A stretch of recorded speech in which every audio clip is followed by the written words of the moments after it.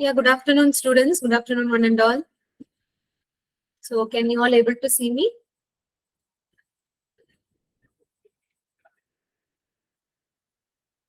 Could you please let me know in the chat box if I am visible and audible to all of you?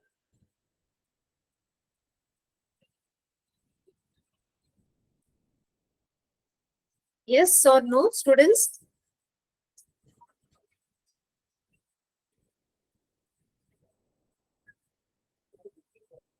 So, can any one of you reply for the questions I have asked? Can you able to see me? Am I audible? Yes, yes. Thank you. Thank you so much, Pushkanani from JNB Jamnagar. Okay. So, let's start with the class.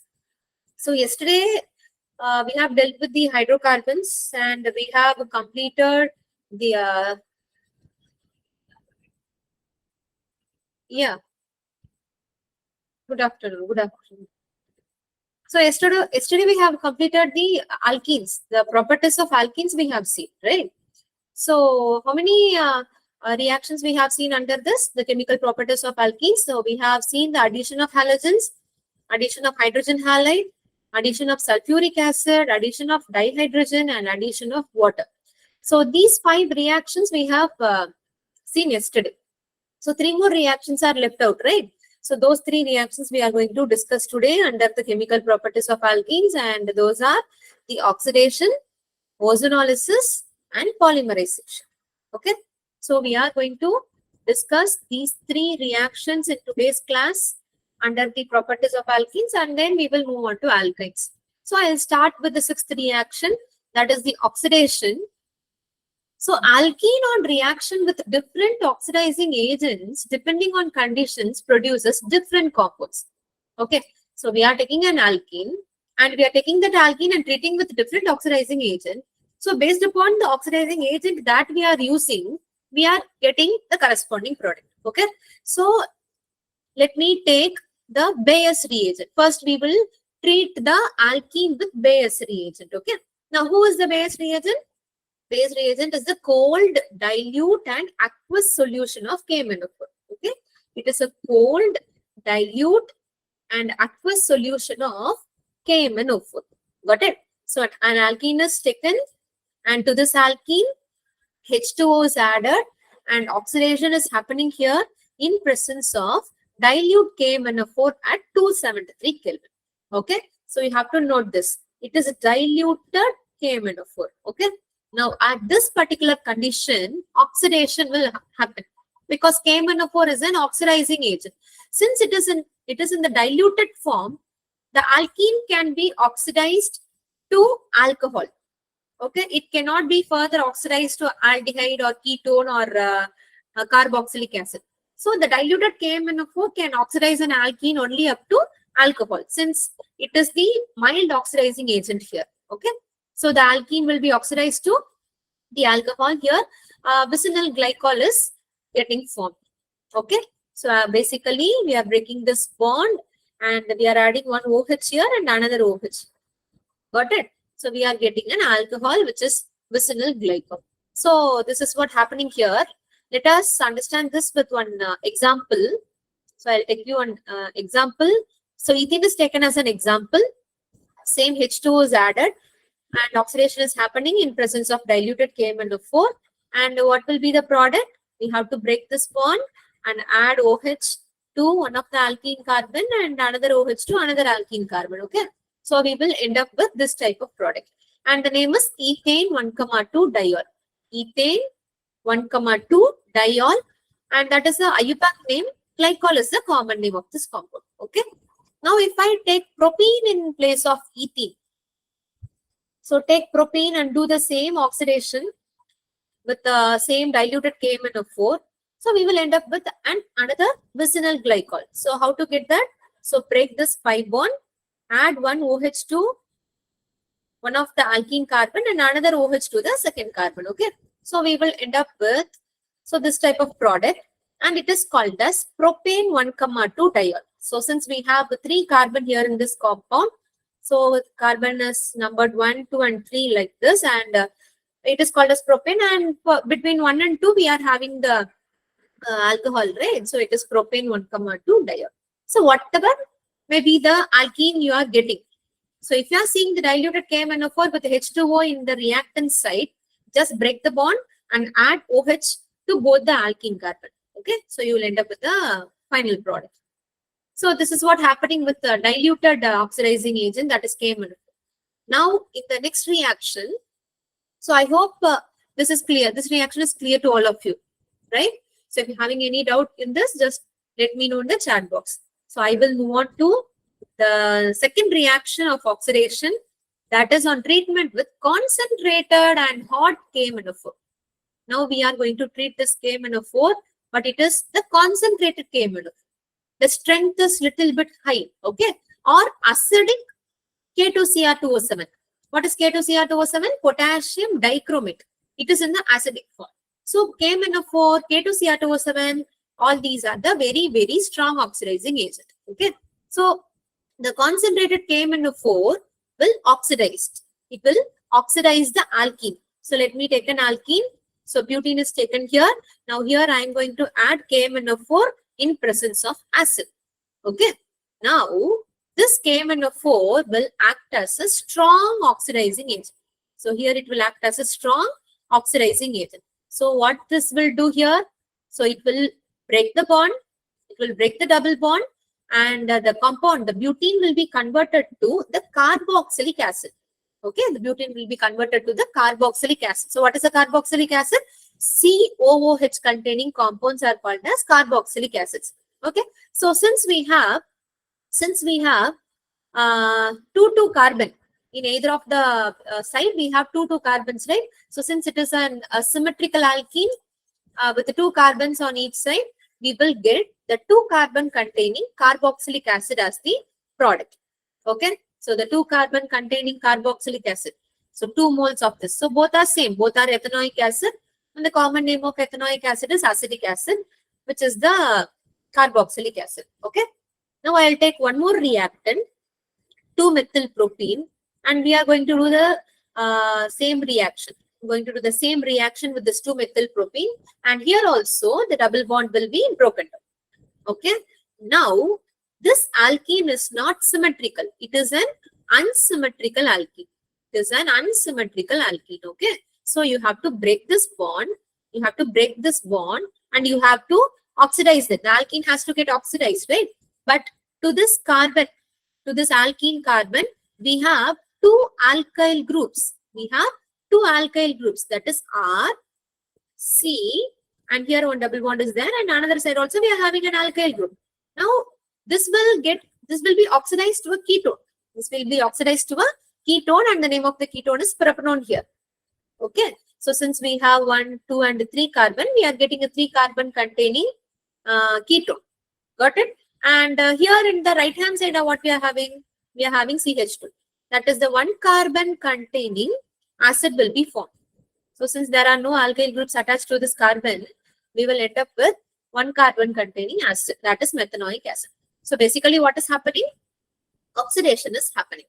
If the compound is symmetrical, you will end up with carboxylic acid. If the compound is unsymmetrical and if the compound has 2 alkyl groups attached to the double bond, you will end up with 1 ketone and the other one as acid. Okay. Then now, one more thing I am going to tell you. So to this methanoic acid, the 1 carbon containing carboxylic acid, which is called as methanoic acid, if I further oxidize this methanoic acid, I will end up with the carbon dioxide and water. I will end up with the carbon dioxide and water. Okay. So these are the oxidation reactions. These are the oxidation reactions of alkenes. So when you oxidize an alkene, you will get an alcohol, or you will get an aldehyde, or you will get a ketone, or you will get a carboxylic acid. So the alcohol you will get if you are using diluted system, and the remaining aldehyde, ketones, and carboxylic acid you will get when you are treating the alkene with the concentrated system. Okay. So what you have to do, just keep in mind that KMNO4 and K2Cr2O7, these 2 reagents are the very, very strong oxidizing agents. Okay. So now we will move on to one question. So shall we move on to the question? Oxidation reaction is clear to all of you, right? If you're having any doubt, just let me know in the chat box. If it is clear, just type yes in the chat box so that I can understand that there is no doubt for you guys. Yes, yes. Thank you. Thank you, Arya Parmar. Okay, okay. So we will move on to the question. What will be the product of the following reaction? Okay, so we have to find out the product. So I'll give you the reactant. This is the reactant and it is an alkene. It is treated with diluted KMnO4 at 273 Kelvin. You have to find out the product and I will give you options also. So 4 options are given to you. Can anyone let me know the answer for this? So this type of wedges, if you see, you don't have to get confused with this. Okay. If you are having the wedges, this is also called as a bond only. I have already discussed with you in the GOC lesson, right? So this is called as solid wedge. So this is also a bond only. So this bond denotes that the group which is attached to that particular atom here, this group, it is above the plane. Okay. And if we are having this type of system, it is called as broken wedge. Unnati is telling option B, maybe. So you should not tell maybe. You have to give me the correct answer. Okay. So if you are having a bond like this, it is called as broken wedge. So this bond denotes that this particular OH is below the plane. Okay, if your laptop is your plane, or some of you may watch from your mobile. If your mobile is the plane, the solid wedge denotes the group is above the mobile or the laptop, above the plane. Broken wedge denotes the group is below the plane. Okay, so that is the meaning. Otherwise, they are bonds only. So in the oxidation reaction, we have seen, and the product will be of this syn addition. Syn addition means both will be from the same plane. They will be oxidized with the same plane. So option A is the correct answer. Option A is the correct answer. Okay. So option A is the correct answer. So it is called a syn addition. If we are breaking this pi bond and adding OH on the same side, then this particular addition is called as syn addition. And from syn addition only, we are getting this option A as the correct answer. For all oxidation reaction, only syn addition occurs and they will form the diols. Got it? Is it clear for all of you? Shall we move on with the 7th reaction, that is ozonolysis?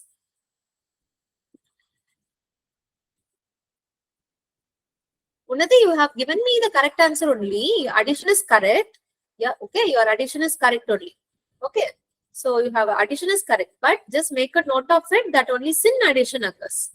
So both the OH will come and attack from the same side. Okay, very good, very good. Fine, fine.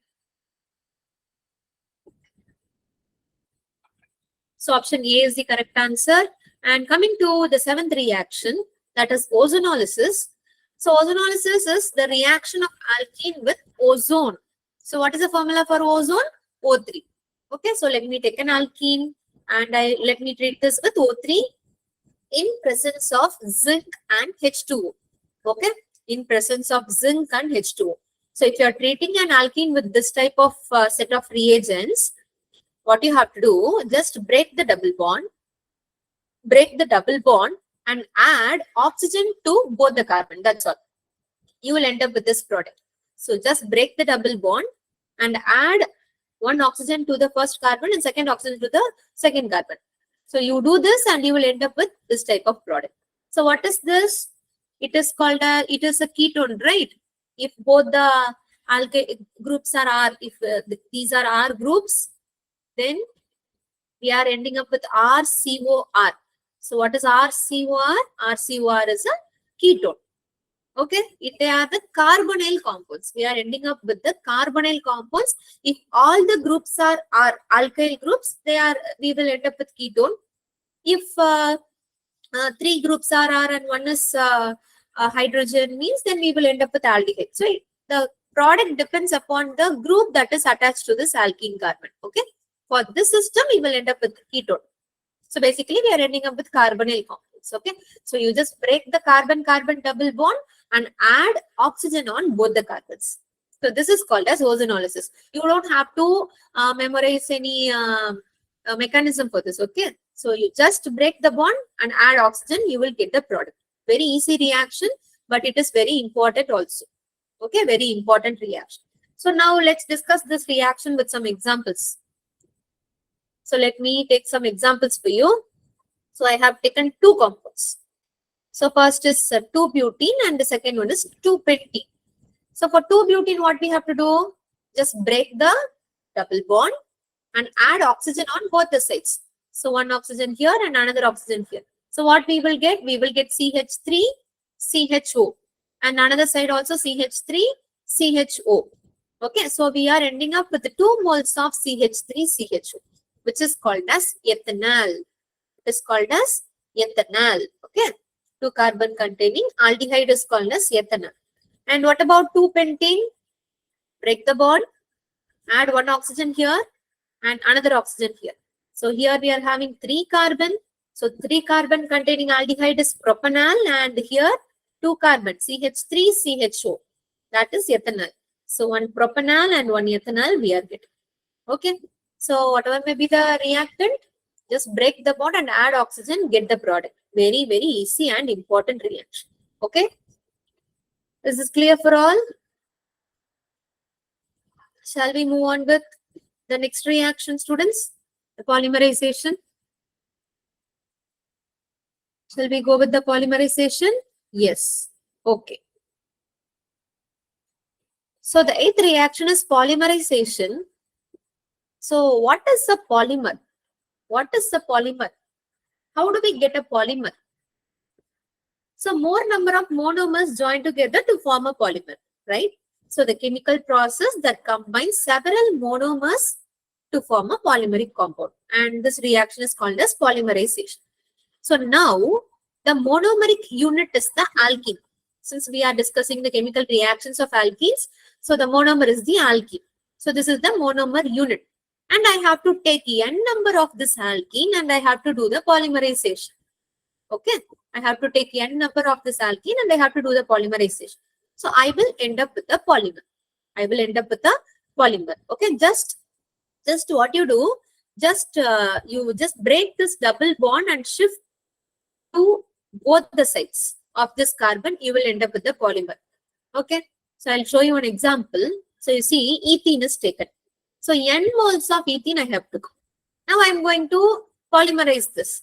And for the polymerization, we have to heat the compound to a high temperature, and I have to give high pressure, and I have to add some catalyst. I have to give high temperature, high pressure, and I have to add some catalyst. Okay.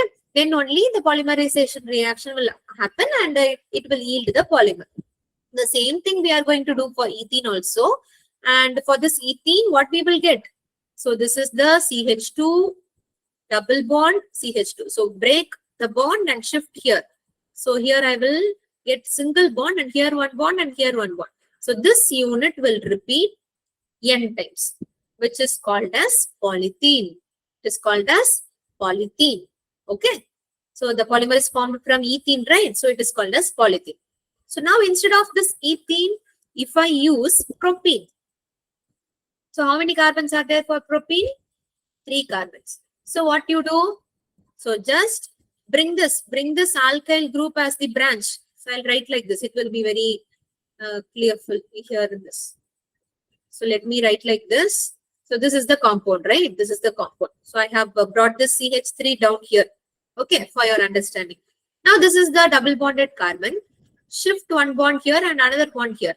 So we will end up with this alkene, right? So CH, single bond, CH2 and one CH3 is there. Now one bond here and one bond here. So this unit is repeating n times. So which is called as polypropene. Which is called as polypropene. So here in this picture, CH3 is above, here it is below. That doesn't matter, okay? Both are same only. So we are ending up with polypropene. So whatever may be the compound, just bring all the alkyl groups to one side and shift the bond and get the polymer. Okay, just keep in mind the reaction condition. Temperature, pressure should be very high, and on addition of catalyst only the polymerization occurs very fast. Okay, so this is the polymerization part, and we have discussed all the 8 reactions of alkenes, chemical properties of alkenes. And let me summarize what we have seen in the alkenes part. Okay. So coming to the physical properties, it was colorless, odorless, and insoluble in water. And the chemical properties, the first reaction is addition of H2. We have added the hydrogen in presence of D block metal catalyst. And then is the addition of halogen. And here it was used as a test for unsaturation in case of bromine, right? Breaking the bond and adding the halogen to both the carbon. And then coming to the addition of HX, we have studied two things. For symmetrical alkenes, we have added H one side and X on the other side, right? If unsymmetrical alkene is given to you, then you have to use the Marconi cups. Okay, so those things are very important. And fourthly, we have seen the addition of H2SO4, that is breaking the alkene bond and adding H and HSO4 minus to both the carbon. And fifthly, we have seen the addition of water.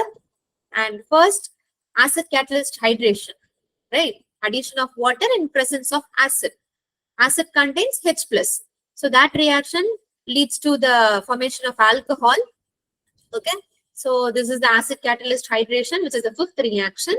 And the sixth reaction is oxidation.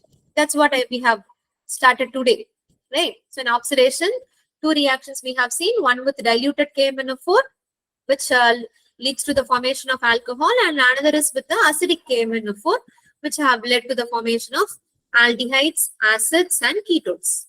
Okay. Then seventh is ozonolysis, addition of oxygen, addition of O3 by breaking the bond, and polymerization, I mean using more number of monomers to get the polymer at a high temperature pressure. Got it? So this is about the 8 reactions of alkenes. So now let us move on to alkynes. So before moving on to alkynes, I just want to ask you if you're having any doubt in the alkenes. If you're having any doubt, you can let me know in the chat. I'll give you some 30 seconds. If you're having any doubt in the alkenes part from the preparation part, from the chemical reactions, or from the nomenclature part. So in any of the alkenes part, if you're having any doubt, just let me know.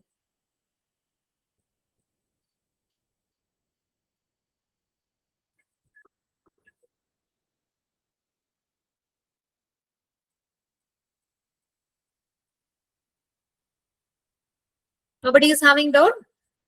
Shall we move on to alkynes then? Yes or no? Yes. Only Unnati is answering. Other guys are staying so silent. I don't know why you guys are staying so silent. You don't have to get scared of me, okay? Just be interactive in the class and enjoy the class. So I'll start with alkynes. So in alkynes, the learning objectives that we are going to see under alkynes are the introduction first, and then the nomenclature, and thirdly the preparation, and fourthly the physical properties, and then the acidic character of alkynes, and at last the chemical properties. So the same flow will be there for all the topics. For all alkanes, alkenes, alkynes, the same flow will be there. Okay, introduction, nomenclature, preparation, physical property, chemical property. That's all. And for all the organic chemistry lessons, this is the flow of the lesson. So moving on to the introduction of alkynes. So alkynes are basically like alkenes. Alkynes are also the unsaturated open chain hydrocarbons. Okay. Alkane is the saturated hydrocarbon.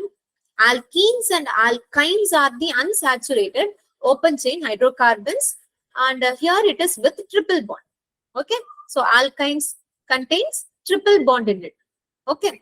Now moving on to the general formula for alkynes, it is CnH2n minus 2. Okay, CnH2n minus 2, where n is the natural number. And also the n value should be equal to 2 or it should be greater than 2. N value cannot be 1. Because if you substitute n value as 1, you will end up with C1 and 2 into 1 is 2 and 2 minus 2 0, right? So no hydrogen, only 1 carbon. So the n value can be 2 or it should be more than 2. Okay. So the first stable isomer for the first stable member for alkyne are ethine. Okay, and the common name of ethine is acetylene. The 2 carbon containing alkyne is called as ethine, and its common name is acetylene. Let me show you the structure of these alkynes next. So these are the 2 carbon, the triple bonded carbon, and each carbon is sp hybridized. The hybridization of the triple bond. So if we are having triple bonded system, no, the hybridization of the each carbon is sp. Now these are the sp hybridized orbital which you can see for each carbon. Now these 2 sp hybridized orbital, they will come in contact and they will form the sigma bond. They are coming and overlapping in the head-on manner. They are coming and overlapping in the head-on manner, and they are forming the sigma bond. Okay, so it is sigma sp overlap. Now we also have pi bonds, right? In the triple bond, we have 1 sigma bond and 2 pi bond. So this is the bonding. So 1 sigma bond is formed by the head-on overlapping of the sp orbital. 2 pi bonds are formed by the overlapping of the sideways overlapping of the normal p orbital. I'll show you that also. So 2 pi bonds are formed by, so you see here, the gray color overlapping is the sigma overlapping, and you can see 2 red color orbital for each carbon. So they will, py orbital, they will overlap in the sideways manner, and the pz orbital which you can see in the green color, which is perpendicular to, all the 3 orbitals are perpendicular to each other. Okay, they are sp, py and pz. So they are perpendicular to each other. They will overlap in a sideways manner. So let me show you the overlapping also. So you see here. So these 2 py, they are overlapping in a sideways manner, and pz, they are overlapping in a sideways manner to form the pi bonding. Okay, so this is how the 2 pi bonds are formed between the carbon and carbon. And for ethane, if I want to talk about ethane have C2H2 formula, right? So now we have discussed the formation of the sigma bond and this pi bond and this pi bond. So we have to talk about CH sigma bond also, right? So what happens? How does the CH sigma bond forms? So we all know that hydrogen has s orbital. Hydrogen has s orbital. S orbitals are spherical in shape. They will come and they will overlap with the sp hybridized orbital of carbon, and they will form that sigma bond. Okay. So here you see they are overlapping here with the sp hybridized orbital of carbon, and they are forming the sigma. Okay. So this will be the structure. The overlapping of the ethane molecule. Overlapping of orbitals of the ethane molecule. So in ethane, we have 3 sigma bond and 2 pi bond. Sigma bonds are formed by the head-on overlap, and the pi bonds are formed by the sideways overlapping of the orbitals. Okay, and here sigma bonds are formed by the hybridized orbital, and pi bonds are formed by the unhybridized orbital. Okay, unhybridized orbital of each carbon. Got it?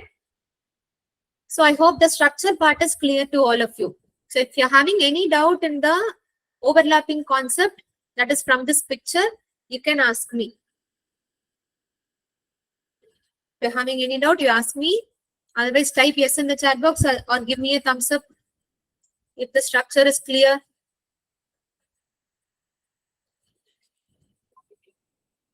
Because in the exam, they will give you the structure and they will ask you to find out the number of sigma bond and pi bond, or they will ask questions from the overlapping concept. Okay, so which orbital is overlapping with this particular hydrogen? Okay, so here sp hybridized orbital is overlapping with the hydrogen. Want me to repeat the same thing? Okay, I'll repeat.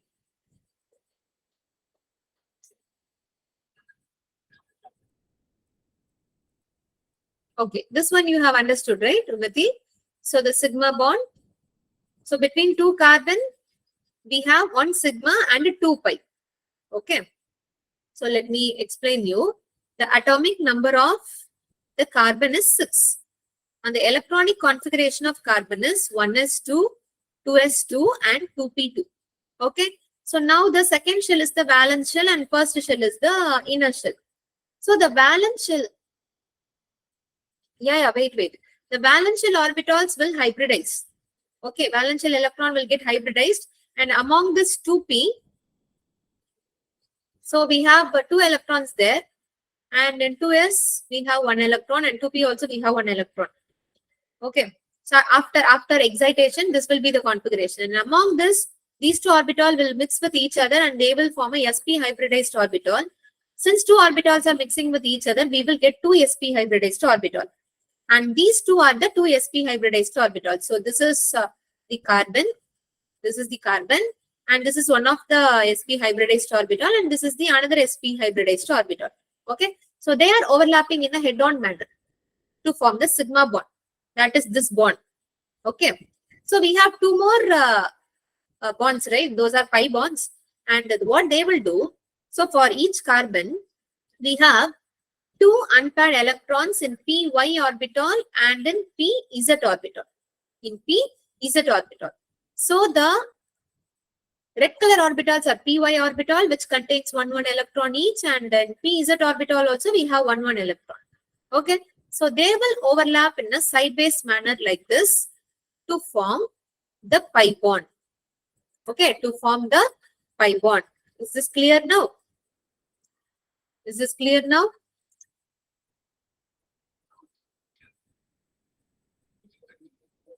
Okay. Okay, fine. So next we will move on with the nomenclature and isomers of alkynes. So coming to the nomenclature, the suffix that we have to use for alkynes is yn. Okay, the other rules are same. So first what you have to do to find out the name of a compound, we will find out the longest chain, right? So here also we have to find out the longest chain which contains the triple bond. And secondly, we will number those carbons. Now here the numbering has to be for numbering, the first preference has to be given to the carbon which contains the triple bond. So the triple bond should get the lowest number possible. So let us see with an example. So here I have taken 3 carbon containing compound for you. Okay. So here numbering is done in such a way that the triple bond gets the first preference. Okay. So it is called as pro 1 ion. Since the triple bond is between carbon 1 and 2, it is called as pro 1 ion. Now for this compound, you see we have 4 carbon with triple bond between 1 and 2. So what could be the name of this compound? Can anyone guess the name of this compound? Can anyone guess the name of this compound? 4 carbons are there. So the root word is bute. Okay. Root word is bute. And the triple bond is between 1 and 2. So it is bute 1 ion. Okay. Now one more compound I'll give you. So this is the compound. And the longest chain contains 4 carbon. And to the 3rd carbon, we have 1 substituent. And what is the name of the substituent? It is called as methyl. Right. So numbering, so first preference for triple bond. So that's why numbering is from right to left. Okay. So for the 3rd carbon, we have methyl. So it is 3-methyl bute 1 ion. 3-methyl bute 1 ion. So this is how you have to name the alkynes. Okay. So in an IUPAC nomenclature, we will have a prefix and then root word, and then we will have a suffix. Okay. So here in this compound, this 3-methyl is the prefix, and bute is the root word, and this YNE is the suffix. Okay. So here in the first and second compound, we don't have any substituents. We don't have any branches, right? So prefix won't be there. So straight away we have to start from the root word and then the suffix. Okay. So same is the case for the first compound also. Got it? So this is about the nomenclature. Now next I will move on to the preparation of alkynes. Preparation. Nomenclature is very easy, right? If you're having any doubt, just let me know. I hope there won't be any doubt here. I will move on to the preparation of alkynes. Okay. Preparation. Preparation. So the first preparation. So only 2 preparations are there for alkynes.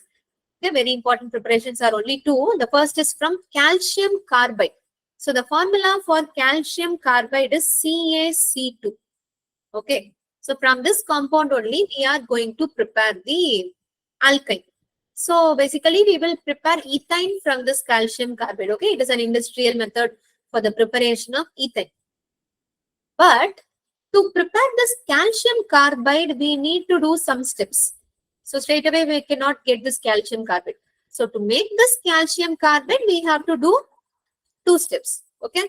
So it will be prepared from the calcium carbonate. Okay. Production of quicklime by the heating limestone. So calcium carbonate, CaCO3 is called as limestone, and you have to heat this limestone, and on heating this will produce calcium oxide and carbon dioxide. So calcium oxide is called as quicklime. Okay, calcium oxide is called as quicklime.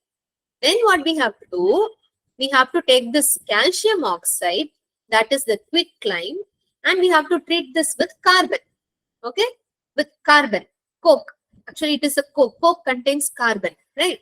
So calcium oxide plus carbon on heating forms calcium carbide, CaC2, and carbon monoxide gases coming out from this. Okay, calcium carbide. The carbide ion looks like this. Carbide ion looks like this. That's C2 minus. Okay, carbide ion. Now this calcium carbide only is used, and it is treated with water. This is your calcium carbide, CaC2. Okay, so calcium carbide is taken and it is treated with water to form the calcium hydroxide and ethine. Calcium hydroxide and ethine. So how many steps are there? 3 steps. So the main step, ethine is getting prepared from calcium carbide. But to prepare calcium carbide, we need calcium oxide. To prepare calcium oxide, we need calcium carbonate. Okay, so basically we are starting from this compound and we are ending up with the ethane. Okay, industrial method for the preparation of ethane. So these 3 steps are very, very important. You have to study on the 3 steps. Got it? We will move on to the second preparation of alkynes, that is from vicinal dihalides. Calcium carbide preparation is clear to all of you, right? Yes or no? Just remember the 3 steps. Just we have to memorize, no other way. Okay? So just memorize the 3 steps. Clear only, right? Students, shall we move on to the next reaction? That is from vicinal dihalide. Yes or no? Okay. So from vicinal dihalide, what are vicinal dihalides? The 2 halogens attached with the adjacent carbon. They are called as vicinal dihalides, right? So this vicinal dihalide is treated with alcoholic KOH and with sodamide. NaNH2 is called as sodamide. Okay, this is called as sodamide. So these 2 reagents are reacting on this vicinal dihalide to give the alkyne. I'll show you the mechanism also. You don't have to worry. We can easily get the product. So first you take the vicinal dihalide and treat it with alcoholic KOH. Treat it with alcoholic KOH. So KOH contains K plus and OH minus ion. Right? K plus and OH minus ion. So we have 2 halogens. So for this halogen, this is alpha and this is beta. Okay. For this halogen number 1, this is alpha 1 and beta 1 I'll take. Okay. And for this particular halogen, that is halogen number 2, this is your alpha, the one which is nearest to that.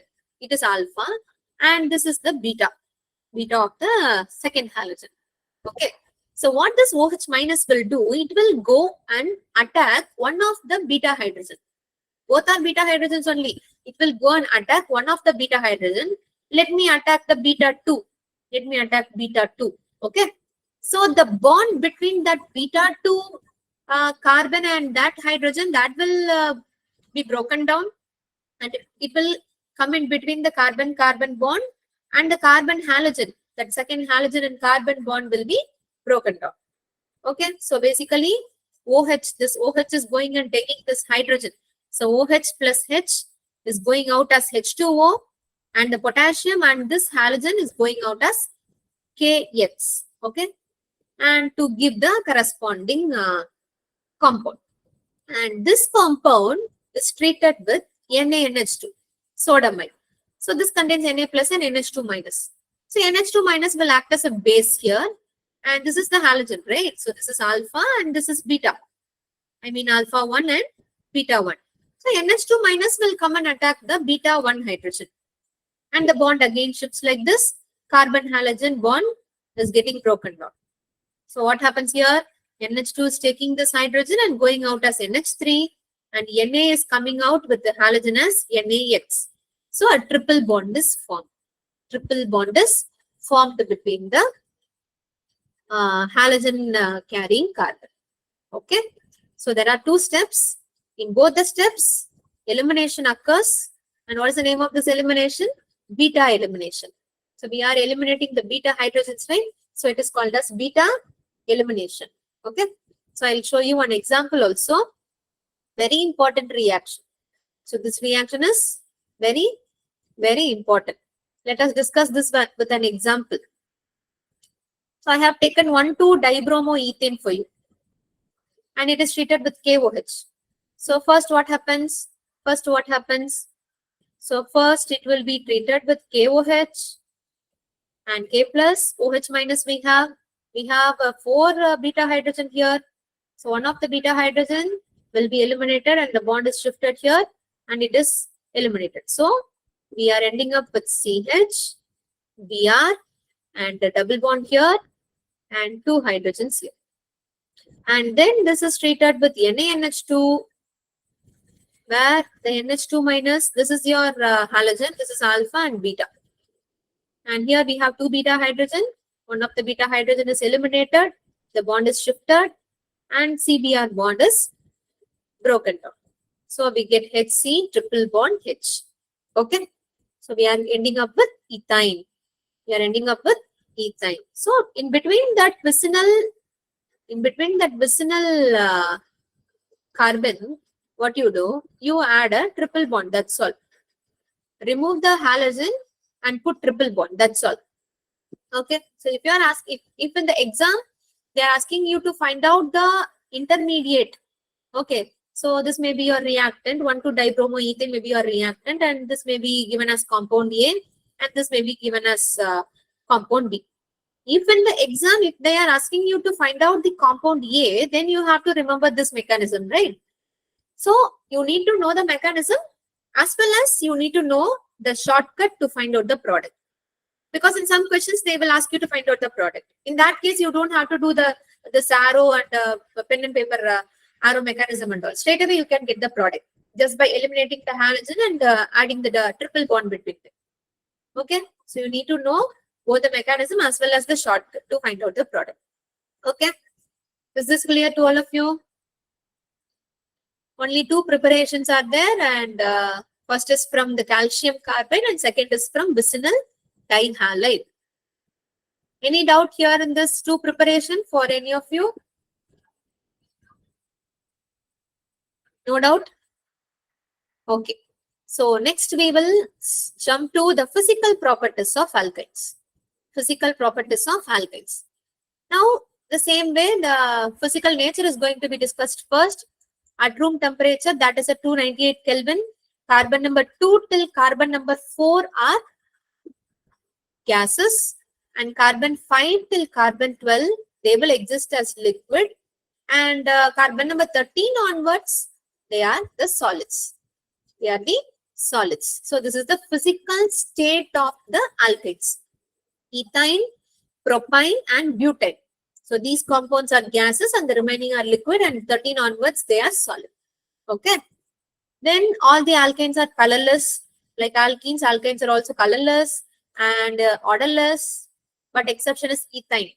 So in the same way, we have seen for alkenes, here also the same thing. There ethene was an exception and here ethyne is an exception. Okay, it will have some kind of smell.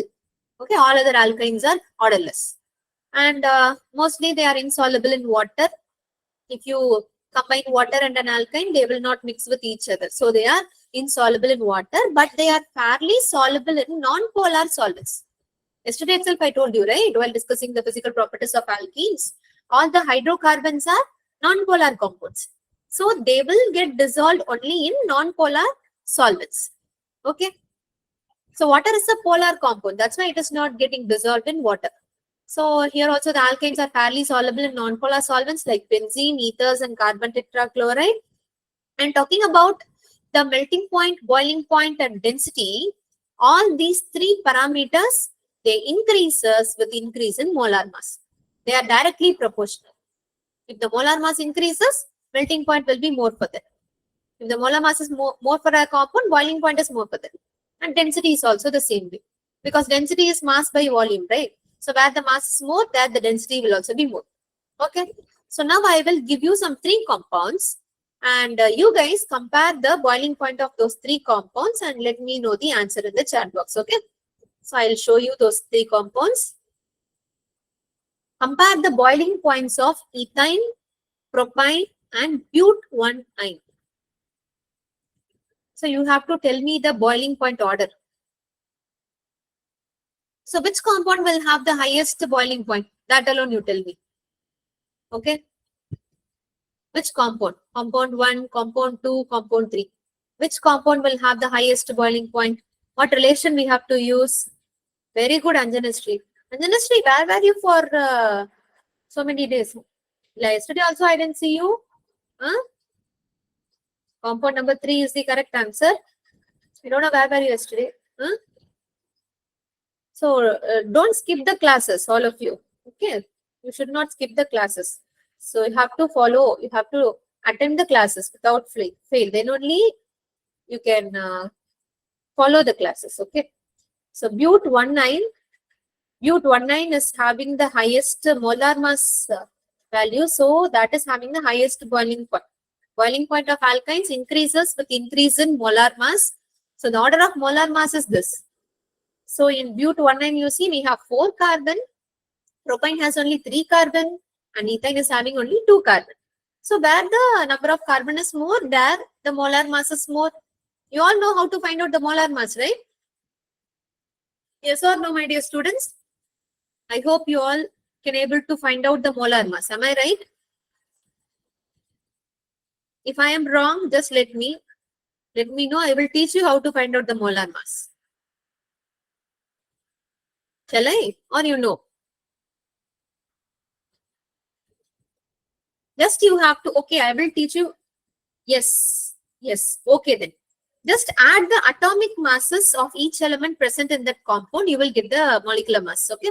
So for carbon, the atomic mass is 12. Carbon, the atomic mass is 12. And for hydrogen, the atomic mass is 1.